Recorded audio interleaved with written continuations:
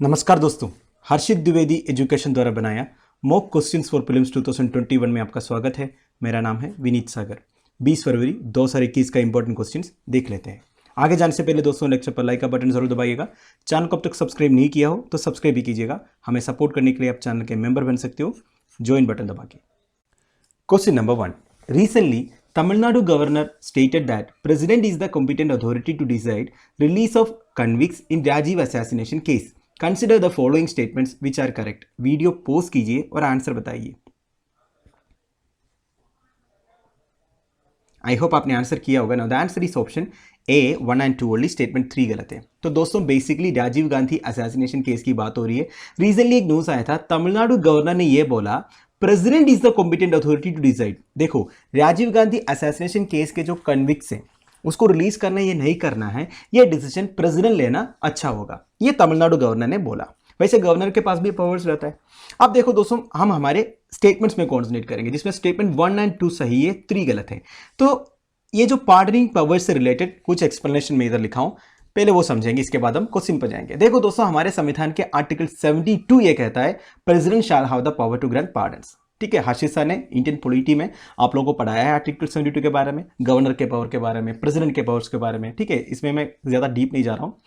अब क्या है, the president can not exercise his power of pardon independent of the government. इसका मतलब ये है दोस्तों, प्रेसिडेंट के पास जो पावर है ना टू ग्रांट पार्डन, ये इंडिपेंडेंटली वो डिसाइड नहीं कर सकता। सेवरल केसेस सुप्रीम कोर्ट ने ये रूल किया है। सुप्रीम कोर्ट का रूलिंग है कि president has to act on the advice of council of ministers. देखो, कॉन्स्टिट्यूशन में ये तो लिखा है प्रेसिडेंट के पास पावर है, पर इसमें कुछ क्राइटेरिया है। प्रेसिडेंट खुद ये कोई डिसीजन नहीं ले सकता, उनको काउंसिल ऑफ मिनिस्टर्स का एडवाइस लेना ही लेना होगा, वही एडवाइस से काम करना होगा। ठीक है, ये सुप्रीम कोर्ट ने भी रूलिंग किया है। Example of supreme court cases कौन कौन सा, देखो, Maru Ram versus union of India 1980 का, Dhananjoy Chatterjee versus state of West Bengal. तो ये सब केसेस आप कोट कर सकते हो ये रूलिंग के रिगार्डिंग। अब इसकी प्रोसीजर क्या है, देखो, राष्ट्रपति भवन के पास सबसे पहले मेर्सी प्ली पहुंच जाता है। इसका मतलब यह है, कोई भी एक आदमी को, एक कन्विक्ट को अगर सेंटेंस टू डेथ की सजा दे दिया तो उसको अपील दे सकता है। ठीक है, अगर हाई कोर्ट ने दे दिया तो सुप्रीम कोर्ट के पास जा सकता है। तो फाइनल अथॉरिटी सुप्रीम कोर्ट है। अगर सुप्रीम कोर्ट ने भी उसकी जो ये सेंटेंस टू डेथ को ठीक, मतलब सेंटेंस टू डेथ या पनिशमेंट अगर दे दिया, तो उसके पास एक ही ऑप्शन बचना है मौत से बचने के लिए। यह है कि वो प्रेसिडेंट को एक mercy plea, mercy petition file कर सकता है। अब प्रेसिडेंट डिसाइड करेगा इसको छोड़ना है नहीं छोड़ना है। ठीक है, अब देखो, जब ये राष्ट्रपति भवन में पहुंच जाता है ना, जो मेर्सी प्ली है, ये होम मिनिस्ट्री में भेजते हैं कैबिनेट का एडवाइस के लिए। ठीक है, और कैबिनेट क्या करते हैं, इसको मतलब मिनिस्ट्री, जो होम मिनिस्ट्री क्या करते हैं, intend forwards this to the concern state government. जिस स्टेट गवर्नमेंट से केस है उन स्टेट गवर्नमेंट को ये भेजते हैं। मतलब देखो, राजीव गांधी असैसिनेशन केस कौन से स्टेट से रिलेटेड है, तमिलनाडु से, क्योंकि तमिलनाडु में उनकी मौत हुई थी। अब तमिलनाडु गवर्नमेंट में भेजेंगे और तमिलनाडु स्टेट गवर्नमेंट जो है उसके बारे में जो भी इनका पॉइंट्स है, ओपिनियन है, वो बोलेंगे। इसके रिगार्डिंग फिर ये होम मिनिस्ट्री एक्शन लेगा, फिर काउंसिल ऑफ मिनिस्टर्स जो है प्रेसिडेंट को एडवाइस करेगा। इसमें एक पॉइंट इंपॉर्टेंट है कि स्टेट गवर्नमेंट भी इस प्रोसीजर में इन्वॉल्व है, क्योंकि स्टेट गवर्नमेंट के पास पहुंच जाता है जो फाइल है। ठीक है, अब final, a convict under the sentence of death is allowed to file a mercy petition within a period of 7 days। अब देखो दोस्तों, ये भी इंपॉर्टेंट है, ध्यान दीजिएगा। एक कन्विक्ट के पास, अगर कन्विक्ट को जिस दिन पता चल गया उनका sentencing to death, supreme court ने पनिशमेंट दे दिया, मतलब उसको अभी मरना ही मरना है, अब उसके पास एक ही ऑप्शन है, ये मेर्सी प्ली जो है फाइल कर सकता है। इसके लिए टाइम लिमिट है, period of 7 days after the date on which the superintendent of jail inform him about the dismissal of appeal और special leave to the appeal by Supreme Court. मतलब उसने अगर सुप्रीम कोर्ट में appeal दे दिया उसका sentence to death के against, Supreme court ने भी उसका जो अपील को डिसमिस किया, ठीक है, अब उसका सेंटेंस टू डेथ होना ही है, तब इसके पास 7 दिन है, कन्विक्ट के पास 7 दिन के अंदर वो मेर्सी पिटीशन फाइल कर सकता है। ठीक है, तो ये 7 दिन वाला पॉइंट ध्यान दीजिएगा। अब हमारे क्वेश्चन पर चलते हैं। देखो दोस्तों, पहला क्या है, आर्टिकल 72 ऑफ द कॉन्स्टिट्यूशन, बिल्कुल सही।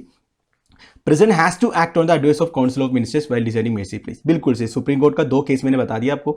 तीसरा क्या है, the concern state government is nowhere in the channel when A convict files A mercy petition. ये गलत है दोस्तों, मैंने आपको बोला मेर्सी पिटीशन सबसे पहले राष्ट्रपति भवन में पहुंचता है, राष्ट्रपति भवन फिर होम मिनिस्ट्री में भेजता है कैबिनेट का एडवाइस के लिए, फिर मिनिस्ट्री उसको कंसर्न स्टेट गवर्नमेंट्स में भेजते हैं उनके ओपिनियन के लिए। तो ये जो तीसरा स्टेटमेंट है ये गलत है, right. Question number 2, recently Puducherry Lieutenant Governor Tamilisai Soundararajan ordered a floor test for the Congress government. Consider the following statements regarding floor test which are correct. Video post कीजिए और आंसर बताइए। I hope आपने answer किया होगा। Now the answer is option A 1 only, statement 2 and 3 गलत है। तो recently दोस्तों पुदुचेरी एक यूनियन टेरिटरी है जिसका पुराना नाम पोंडिचेरी था, तमिलनाडु के पास है ये यूनियन टेरिटरी, और पुदुचेरी का एक पार्ट केरला में भी है, ये ध्यान दीजिएगा दोस्तों, ठीक है। केरला में मान लो ये साउथ इंडिया है, ये केरला है, ये तमिलनाडु है, इधर कहीं पोंडिचेरी आता है, और पोंडिचेरी का एक पार्ट जिसका नाम है माही, केरला का कैलिकट डिस्ट्रिक्ट के पास में आता है माही, जो पोंडिचेरी का पार्ट है, ठीक है, ये ध्यान दीजिएगा। Puducherry lieutenant governor Tamilisai Soundararajan ordered a float test for the Congress government. अब ये फ्लोट टेस्ट के बारे में 3 स्टेटमेंट्स था, स्टेटमेंट 2 एंड 3 गलत है, स्टेटमेंट 1 ओनली सही है। पहले हमें फ्लोट टेस्ट के बारे में देखेंगे, इसके बाद हम क्वेश्चन पर आएंगे। देखो दोस्तों, governor's power to call for a float test is not restricted only before the inception of a state government immediately after elections but continues through its term. इस स्टेटमेंट में हम बाद में आएंगे, पहले फ्लोट टेस्ट क्या है समझ लेते हैं। देखो, it is a term use for test of the majority. देखो, आप सबको पता होगा, अगर कोई भी एक पार्टी मेजोरिटी प्रूव नहीं कर पाए तब वो कंटिन्यू नहीं रह पाएंगे। अगर गवर्नर को ये लगा कि जो चीफ मिनिस्टर है या जो रूलिंग पार्टी के पास कॉन्फिडेंस नहीं है मेजोरिटी प्रूव करने का, तब गवर्नर अगर चाहे तो कभी भी ये फ्लोट टेस्ट करवा सकता है, ठीक है। इन केस ऑफ कोalition government, CM may be asked to move a vote of confidence and win a majority, ठीक है। अगर कोalition गवर्नमेंट है तो सीएम को ये पूछ सकते हैं कि vote of confidence motion move करो और अपना मेजोरिटी प्रूव करो। In absence of a clear majority, when there is more than a one individual taking claim to form the government, governor may call for a special session। देखो, governor कोई session अगर चालू नहीं है तो governor एक special session भी बुला सकते हैं, ये देखने के लिए किसके पास मेजोरिटी है, ठीक है। सम लेजिस्लेटर्स में बी एब्सेंट और चूज नॉट टू वोट। देखो दोस्तों, इसमें कोई ये जरूरी नहीं है कि सारे लेजिस्लेटर्स प्रेजेंट होना चाहिए, ऐसा कुछ नहीं है, कोई एब्सेंट भी हो सकता है, और सम में चूज नॉट टू वोट, ऐसा भी हो सकता है कोई लेजिस्लेटर, कोई एमएलए वोट नहीं करेंगे करके डिसीजन भी ले सकता है, ठीक है, मतलब choose not to vote. The numbers are then considered based only on those MLAs who were present to vote। तब क्या करेंगे, जितने एमएलए प्रेजेंट है जो वोट कर रहे हैं उसी से डिसीजन लिया जाएगा, राइट। अब इस स्टेटमेंट में आता है, देखो क्या लिखा है, governor's power to call for a float test is not restricted only before the inception. देखो दोस्तों, वैसे फ्लोट टेस्ट कब होता है, इमीडिएटली आफ्टर इलेक्शंस होता है कि नहीं।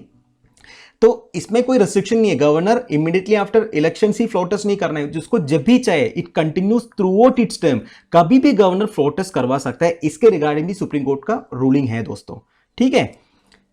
जब भी गवर्नर को अगर ऐसा लगा कि सीएम के पास या रूलिंग पार्टी के पास कॉन्फिडेंस नहीं है, वो फ्लोट टेस्ट करवा सकता है। अब हमारे स्टेटमेंट में चलते हैं, क्या लिखा है, governor can call for a float test at any time he or she objectively feels a government in power has lost the confidence. बिल्कुल सही, एनी टाइम जो लिखा है ना, ये सही है। During floor test it is mandatory that all legislators are to be present during the voting. कोई जरूरी नहीं है, मैंने अभी भी आपको बताया, ऐसा भी ऑप्शन है एमएलएस के पास, मेंबर्स के पास, कि choose not to vote. Statement 3 क्या है, governor's power to call for a float test is restricted only before the inception of a state government immediately after elections. ये गलत है दोस्तों, गवर्नर देखो इलेक्शंस के बाद एक फ्लोट टेस्ट तो होना ही है, इसके बाद भी गवर्नर अगर चाहे तो करवा सकता है, ठीक है। तो ये भी स्टेटमेंट जो है गलत हो जाता है। इसमें क्या लिखा है, restricted only before the inception of the state government immediately after elections लिखा है, इसलिए गलत है, कोई रेस्ट्रिक्शन नहीं है। तो 1 only is the answer.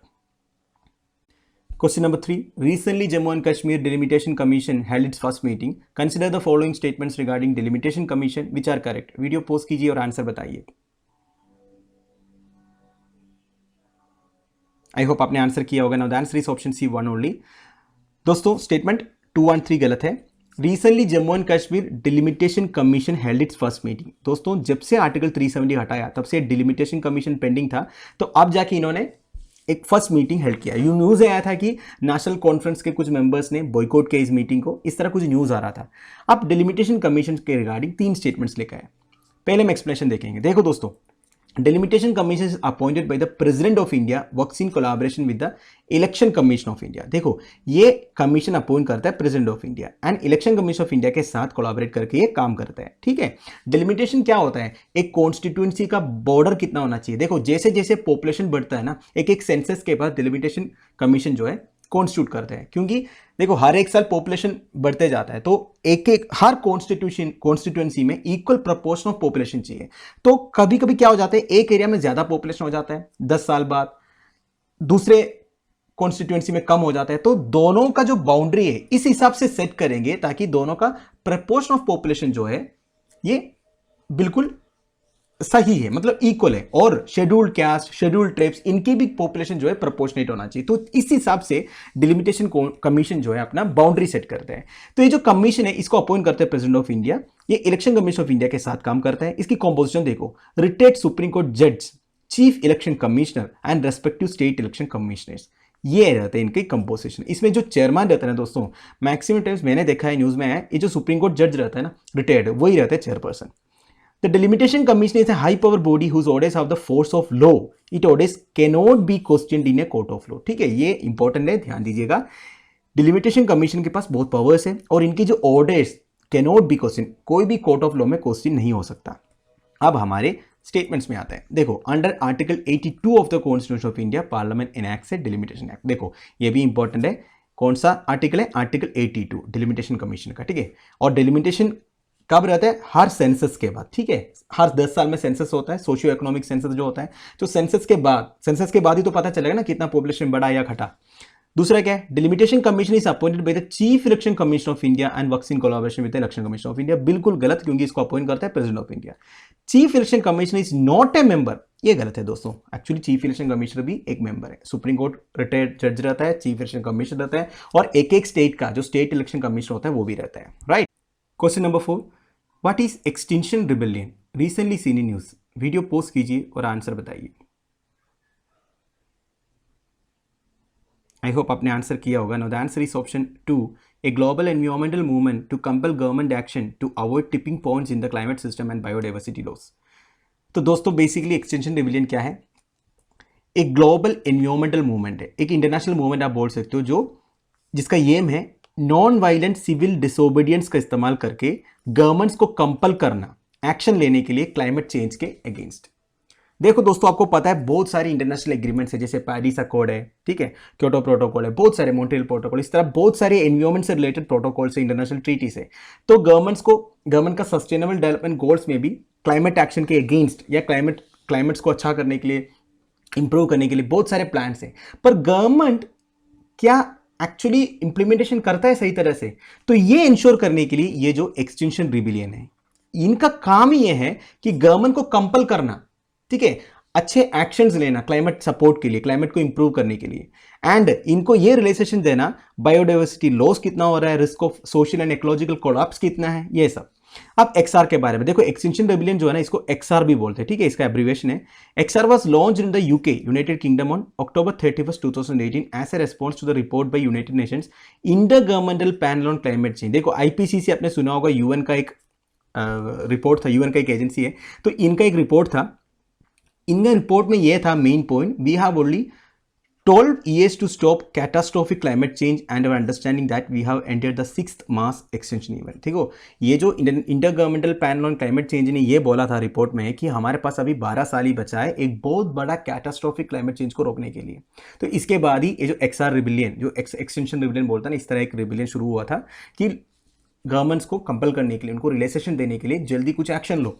The log of extinction rebellion is a x with the top and bottom crossed so that it resembles according to the movements website and hourglass। तो ये सब इतना इंपॉर्टेंट नहीं है। Extinction rebellion का लोगो जो है इसके बारे में बताया है। द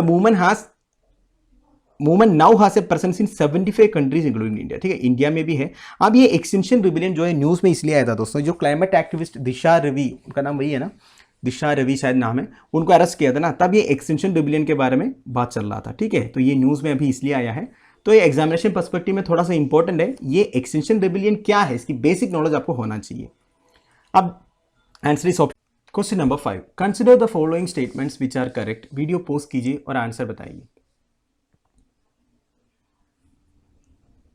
आई होप आपने आंसर किया होगा। Now the answer is option B 2 and 3 only. तो दोस्तों बासमती राइस से रिलेटेड 3 स्टेटमेंट्स था। सबसे पहले हम एक्सप्लेनेशन देखेंगे। देखो दोस्तों, बासमती राइस का सबसे लीडिंग एक्सपोर्टर इंडिया है एंड सबसे बड़ा प्रोड्यूसर भी इंडिया है। ठीक है, बासमती राइस कल्टीवेट कहाँ करते हैं? ठंडी एरियाज में करते हैं, नॉर्थ ईस्ट इंडिया में, basically Jammu and Kashmir, Himachal Pradesh, Punjab, Haryana, Delhi, Uttarakhand, western Uttar Pradesh. तो इंडो गैंगेटिक प्लेन्स में भी बहुत ज़्यादा कल्टीवेट होता है बासमती राइस जो है। बासमती राइस आपको पता है बहुत अच्छा राइस है, टेस्टी राइस है, और बिरयानी बनाने के लिए सबसे ज़्यादा यूज़ होता है। ठीक है, अब देखो दोस्तों, वैसे भी खाते हैं, पर बिरयानी के लिए जो veg biryani, egg biryani, chicken biryani, mutton biryani, ये सब में सबसे ज़्यादा यूज़ होता है। इंडिया सबसे ज़्यादा एक्सपोर्ट कहाँ करते हैं, देखो Iran, Saudi Arabia, Iraq, UAE, Kuwait. अब देख सकते हो सारे मुस्लिम कंट्रीज हैं जहां सबसे ज़्यादा बिरयानी खाया जाता है, इसलिए बासमती राइस का एक्सपोर्ट भी सबसे ज़्यादा इन्हीं कंट्रीज में है। अब देखो दोस्तों, इंडिया के साथ साथ पाकिस्तान में भी बहुत ज़्यादा बासमती राइस का प्रोडक्शन होता है।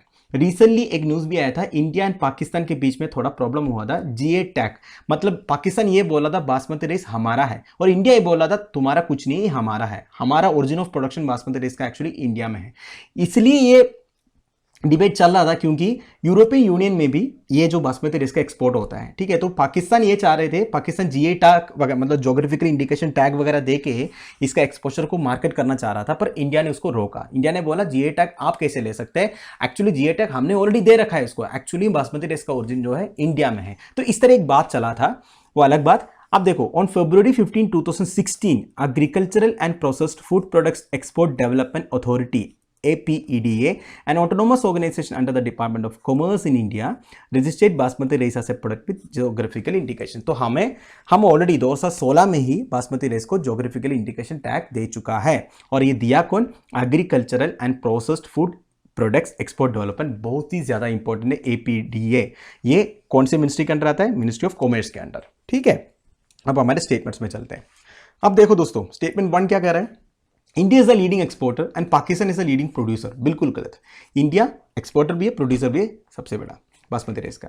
In India basmati rice is mainly grown in south and central India. बिल्कुल गलत है दोस्तों, बासमती राइस के लिए थोड़ी कोल्ड क्लाइमेट चाहिए, तो साउथ एंड सेंट्रल इंडिया में तो नहीं हो सकता, northern India is the right answer.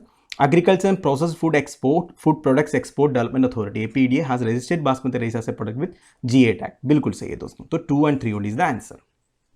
तो दोस्तों हमारे डेली 5 मॉक क्वेश्चन इधर खत्म हो रहा है। कल एक क्वेश्चन पूछा था, if you arrange the following water bodies correctly from west to east which will be at the extreme right end answer is option B Bab el Mandeb Strait, जो गल्फ ऑफ एडन में जाके गिरता है, ठीक है। Bab el Mandeb Strait Gulf of Aden से मिलता है, मैंने आपको मैप सीरीज में पढ़ाया था।